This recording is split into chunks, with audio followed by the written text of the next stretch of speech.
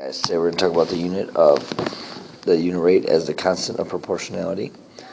Our learning target is that learners can discuss the relationship between unit rate and the constant of proportionality. So we're going to talk about what the constant of proportionality is and how it relates to our unit rate today.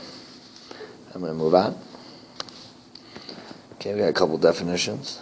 First, just a reminder that a constant is a specifies a unique number. A variable is a letter that represents a number.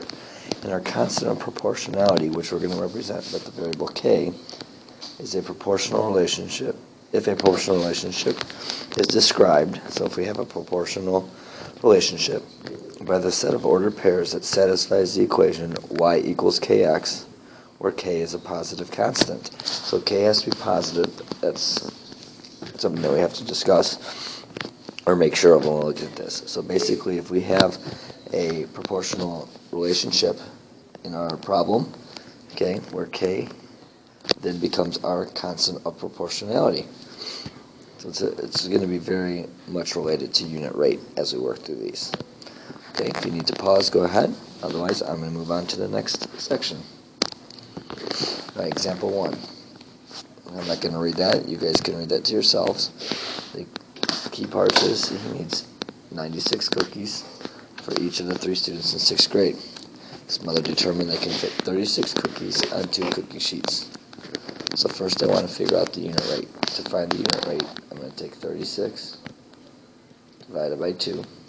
That's going to tell me that's 18 cookies per cookie sheet. There's my answer. Okay? What's the constant of proportionality? Well, that's the rate at which things in a proportional relationship are increasing. So what is this rate? Well, our rate is increasing at 18. That's our constant number, that to go from one section, to go from the amount of cookies to cookie sheets. 18 is our constant number there. So it's just going to be 18. Notice that there's no label or anything with our constant of proportionality. It's just the number. What does this mean? Well, the meaning of the constant of proportionality is that we can get 18 cookies on a cookie sheet. That's what the constant of proportionality stands for. Okay? So the unit rate and the constant of proportionality, how are they related? Well, they're representing the same amounts and same values. Okay? I'm going to move on. If you need to move on or pause, go ahead.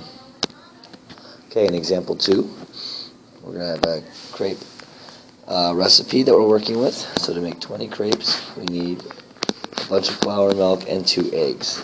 So what is our unit rate? Well, I'm going to do unit rate as eggs per crepes, because that's how I would make them. So I'm going to do 2 divided by 20, which is equal 1/10 of an egg per crepe.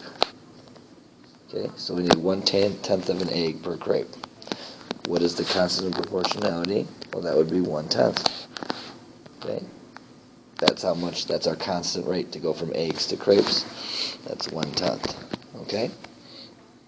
Now, what's the explaining of this? Well, the meaning of this would be that for every 1 egg, we can get 10 crepes. That's the meaning of that. Okay? Now let's answer our question here. If we need to make 50 crepes, how many eggs would you need? Well, we would take our 50 crepes, we would multiply it by our constant of proportionality, 1/10, and that would be 5 eggs. So the girls are going to need 5 eggs. Okay? That's it. Have a great day, and we'll talk to you later.